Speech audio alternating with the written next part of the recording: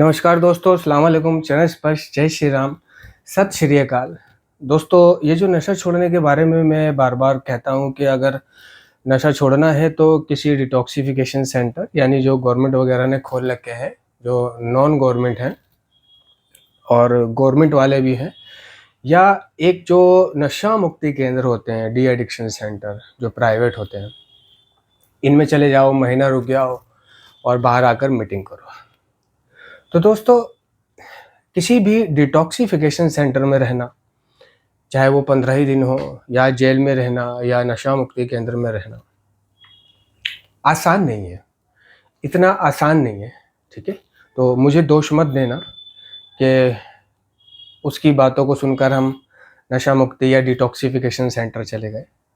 वहाँ काफ़ी यातनाओं का सामना करना पड़ता है, काफ़ी दुख तकलीफ़ों का सामना करना पड़ता है। वहाँ पर आपको अधूरी नींद में जीना पड़ेगा। अधूरी नींद में सुबह से शाम तक क्लासों में बैठना पड़ेगा, मन कर रहा हो या नहीं कर रहा हो। वहाँ पर आपको नाश्ते से पेट नहीं भरेगा, वहाँ आपको दोपहर के खाने का इंतज़ार रहेगा और दोपहर के खाने से भी आपकी कमी रह जाएगी, भूख पूरी नहीं होगी तो रात के खाने का इंतज़ार रहेगा और रात के खाने से भी आपके कमी रह जाएगी तो आपके रात को भूख लगेगी और वो भूख आपके पेट में गुड़-गुड़ करेगी। आपको नए-नए पकवान नज़र आएँगे। आप सोचोगे कि मैं यहाँ से भाग जाऊँ, निकल जाऊँ, कहाँ फँस गया, गालियाँ दोगे जिसकी राय पे चलकर आप यहाँ आए हो या जिसकी वजह से यहाँ आए हो। वहाँ आपको गलती करने पर परिणाम भी मिलेगा। बहुत से सेंटर ऐसे होते हैं कि जहाँ पे आपको बहुत ज़्यादा यातनाओं का सामना करना पड़ता है, जैसे कि गालियाँ, घूँसे, लातें, है ना? चमाटे, ठीक है?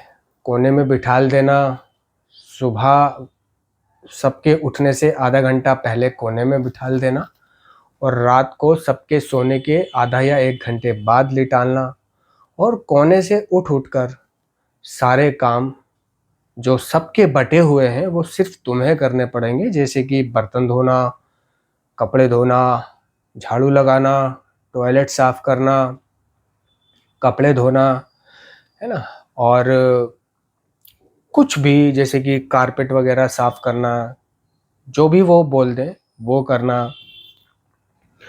ठीक है? और ये सब काम करके फिर से कोने में बिठा दिया जाएगा, पीछे मुड़कर देखना अलाउड नहीं होगा, ठीक है? नीचे कोई गद्दा नहीं होगा, नंगी ज़मीन पे बैठे हुए होगा, बिना शर्ट के बैठे हुए होगे, ठीक है? बैठे-बैठे आपको गर्मी लगेगी, सर्दी है तो सर्दी लगेगी, मच्छर हैं, मच्छर काटेंगे, वक़्त नहीं गुज़र रहा होगा, चक्कर आएँगे, हालत ख़राब हो जाएगी।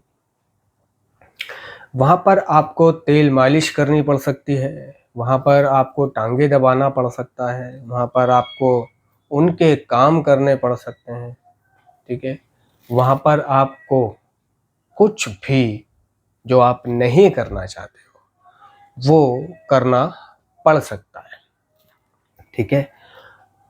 गालियाँ लो, तो वग़ैरह-वग़ैरह चीज़ों से आपको गुज़रना पड़ सकता है। ऐसा नहीं है कि नशा मुक्ति केंद्र गए, पड़े रहे, सुबह उठे, क्लासों में बैठे, आसानी से वक़्त गुज़ारा और वापस आकर मीटिंग करने लगे।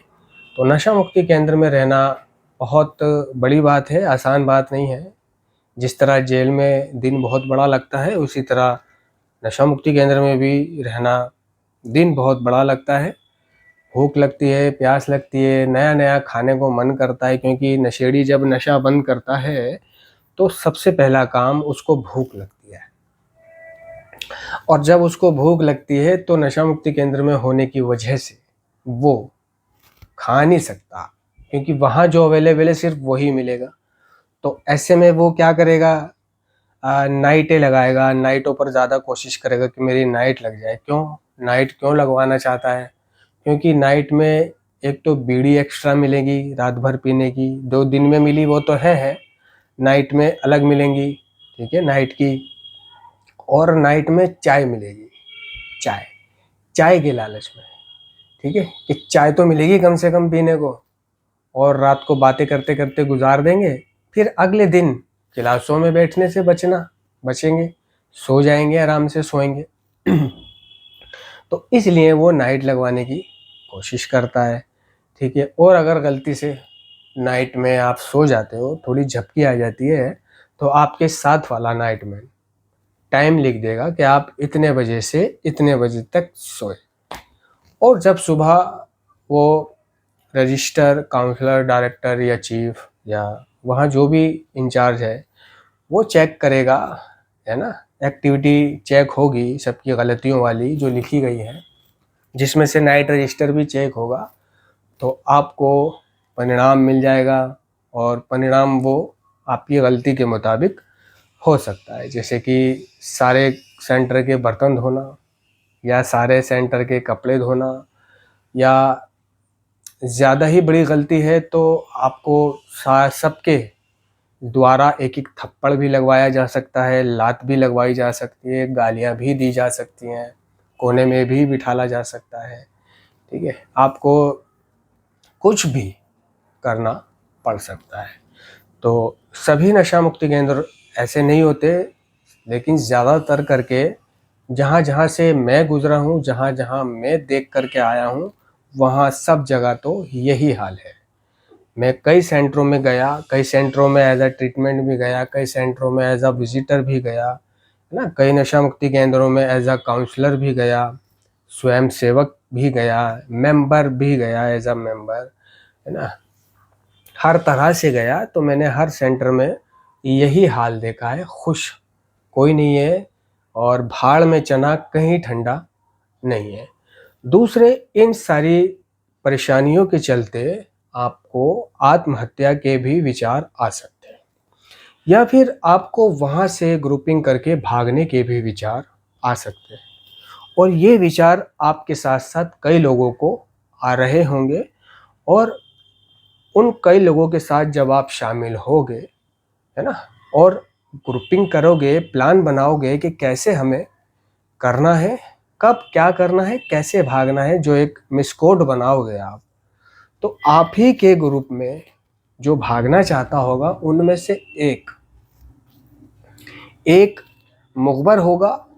वो जानबूझ के आपके सामने तो आप किसी कर रहा होगा, सारा प्लान आपका सुन लेगा, और अचानक अचानक वो अपने नंबर बनाने के लिए, डायरेक्टर की नज़रों में उठने के लिए, या कोई ओहदा पाने के लिए, या छूट पाने के लिए, या स्टाफ में आने के लिए, या कोई चीफ वगैरह बनने के लिए, या बाहर आने के लिए, है ना, कुछ भी नहीं छूट पाने के लिए, वो ये पिन, ये मुखबरी डायरेक्टर से कर देगा कि भाई मुझे कुछ बात करनी है आपसे। उसको बुलाया जाएगा, हाँ बोल क्या बात करनी है।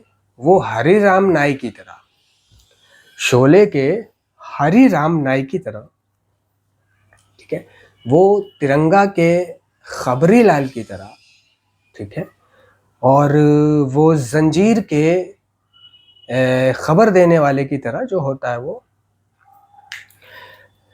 मुखबरी कर देगा कि भाई ऐसे ऐसे बात है, फला फला फला फला फला फला, ये ग्रुपिंग कर रहे हैं, भागने का प्लान बना रहे हैं, और भाई उनके सामने मैं भी उस प्लान में शामिल हो गया, नहीं तो मुझे पता नहीं चलता।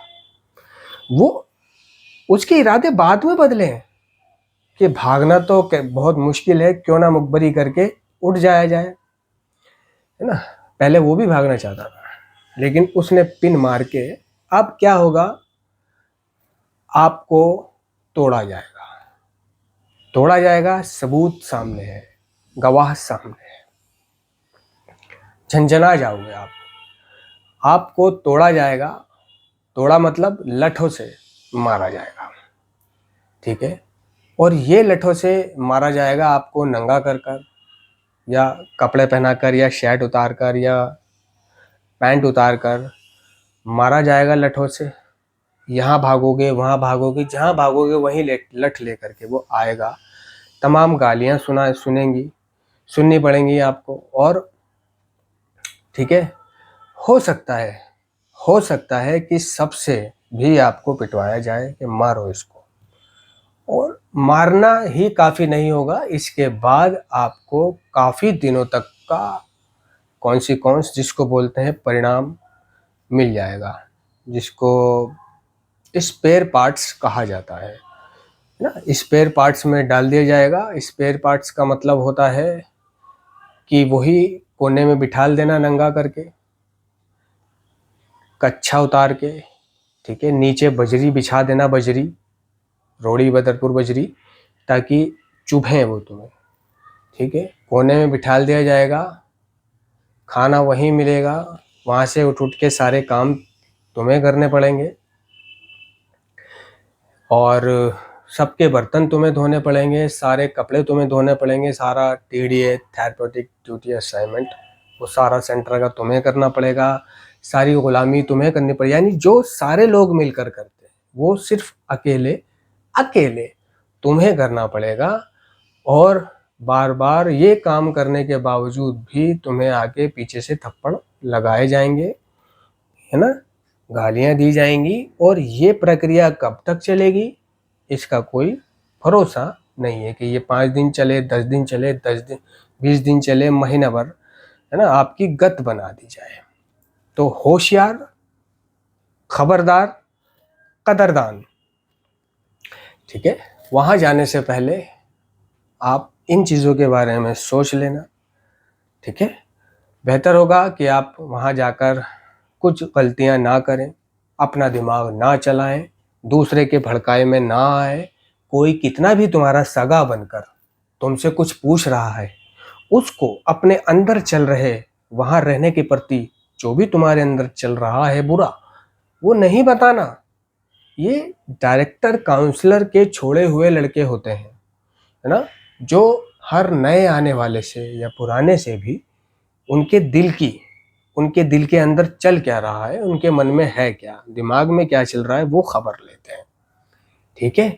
और ये तुम्हारे सामने डायरेक्टर को, काउंसलर को, स्टाफ को, सबको गालियां देंगे, बुरा ठहराएंगे। आपको लगेगा कि ये मेरे साथी मेरे साथी है, और दोगला बनकर वो आपके मन की लेकर आपकी मुखबरी कर देंगे। तो आप वहां रहने के प्रति कुछ भी अगर आपके ऐसे दिमाग में चल रहा है, तो पहली बात किसी को बताना नहीं है, दूसरा उस पर एक्शन नहीं करना है, सिर्फ दर्द लेने हैं, है ना। होशियारी से चलना है, क्लासों में बैठना है, सोना नहीं है, टाइम से उठना है, टाइम से सोना है, ठीक है, अपना टीडीए करना है, और अपना समय गुजार कर वहाँ सीखना है ना, नशा कैसे छूटेगा। और अपने विड्रॉल निकालने के इरादे से गए हुए आप वहाँ से आने के बाद आपको मीटिंग करनी है। तो इस तरह से आपको वहाँ होशियार रहना पड़ सकता है, ठीक है। तो वहाँ जो आत्महत्या के विचार चलेंगे, ठीक है, तो नारकोटिक्स एनोनिमस का कार्यक्रम कह रहा है कि हम में से ज़्यादातर लोगों ने आत्महत्या के बारे में सोचा, लेकिन आत्महत्या के लिए हमारे प्रयत्न अक्सर असफल रहे, और इससे सिर्फ हमारे निकम्मेपन की भावना में उन्नति हुई, निकम्मेपन की भावना में वृद्धि हुई। तो जब हमने आत्महत्या के बारे में सोचा और आत्महत्या हम कर नहीं पाए, मान लो हमने ब्लेड लिया, नस काटना चाहा, ठीक है, या छुरी से नट काटना चाहा, तो लगा कि यार नस कट जाएगी तो क्या होगा, है ना, खून निकलेगा, बहुत खून बह जाएगा, क्या होगा, ना, या कुछ पेट्रोल या मिट्टी का तेल या टॉयलेट का वो जो होता है एसिड, वो पीने की सोची तो खौफ आएगा, या सर से पत्थर मार के सर फोड़ने की चाहिए तो सर फोड़ना चाहोगे, लेकिन सर फूटेगा नहीं, झंझन आ जाएगा। तो या कूद के जान देने की सोची, तो सिर्फ सोच ही सोच आएगी, सोच ही सोच चलेगी। 100 में से 95% लोग ऐसे हैं जो सिर्फ सोचते हैं और एक्शन नहीं कर पाते, एक्शन करने से घबराते हैं, जिसको नारकोटिक्स एनोनिमस के कार्यक्रम ने भी साबित किया है कि इससे सिर्फ उनके निकम्मेपन की भावना में इजाफा होता है ना, कि हम कितने निकम्मे हैं, हम आत्महत्या नहीं कर पा रहे, गंडी हैं, डरपोक हैं। और जो बाकी के 5 बचे, जो बहुत परेशान हो जाते हैं, अगर उन्हें मौका मिल जाए जान देने का, तो वो अपनी जान दे देते हैं। चाहे वो नस काट के दें, गला काट के दें, छत से कूद के दें, ठीक है। एक मेरे साथ ट्रीटमेंट में था, उसकी मैं बताता हूँ। उसका नाम एपी सिंह था और वो वहाँ क्लासें लिया करता था पहले इलाज में। और उसका समय आया 6 महीने के बाद, वो घर गया। घर जाकर वो रिलैप्स हो गया, पीने लगा, सामान पीने लगा। और फिर से उसका कॉल आई सेंटर में कि उसको इसको लेने चले जाओ। वहाँ सेंटर से पिकअप करने के लिए लोग गए उसके घर में। और जैसे ही उसने उन लोगों को देखा, है ना, किवाड़ खोला, देखा, ये मुझे वहाँ सेंटर में आके कहानी सुनाई जा रही थी बैठ करके कि ऐसे ऐसे बात हो गई। तो उसको मतलब सेंटर के गए हुए लोगों को जो पिकअप करने गए थे, उन लोगों को देखकर वो एपी सिंह, अमृतपाल सिंह, जो कि कोई 45-50 साल का था, लेकिन लगता नहीं था क्योंकि वो वर्जिश वगैरह करता था, डोले वोले मारता था। बुढ़ा तो था, देखने में बुढ़ा लगता था, लेकिन शरीर से वो जवान था, बॉडी बिल्डर टाइप था। बॉडी उसकी अच्छी थी, सख्त थी, टाइट मर्द लगता था। उसने देखा उन लोगों को और देखते ही वो भागा। खिड़की खुल रही थी सामने, भागा और चौथी पांचवी मंजिल से वो भाग के सीधा नीचे कूद गया। यानी उसने सेंटर में जाने से बेहतर अपने आप को मार देना बेहतर समझा, है ना। तो सेंटर में वो दर्द लेने पड़ते हैं कि आदमी अपने आप को मार भी सकता है उन दर्दों से बचने के लिए या राहत पाने के लिए। तो अमृतपाल सिंह ने उनको देखकर खिड़की से कूदकर जान दे दी। क्यों? क्योंकि वो जानता था अब ये लोग आ गए हैं, मुझे फिर से वहाँ जाना पड़ेगा और फिर से मुझे वहाँ पे रहना पड़ेगा, और वही चक्कर, वही पिटाई, वही क्लासें, वही दर्द, वही बंद रहना, सब कुछ। तो उन सब से बेहतर उसने अपने आप को मार डालना समझा। तो अपने हिसाब से जाना दोस्तों, ठीक है, जाना, गलती नहीं करना, आराम से रहना, अपने उद्देश्य पर ध्यान रखना कि आप किस लिए आए हो। दिमाग नहीं चलाना, किसी को अपने दिल की बात नहीं करनी, गलती नहीं करनी, सोना नहीं है, टाइम से उठना है, टाइम से खाना है, बात माननी है, और अपने विड्रॉल निकाल करके अपने घर चला जाना है, अपना उल्लू सीधा करना है और घर से मीटिंग शुरू कर देनी है। धन्यवाद।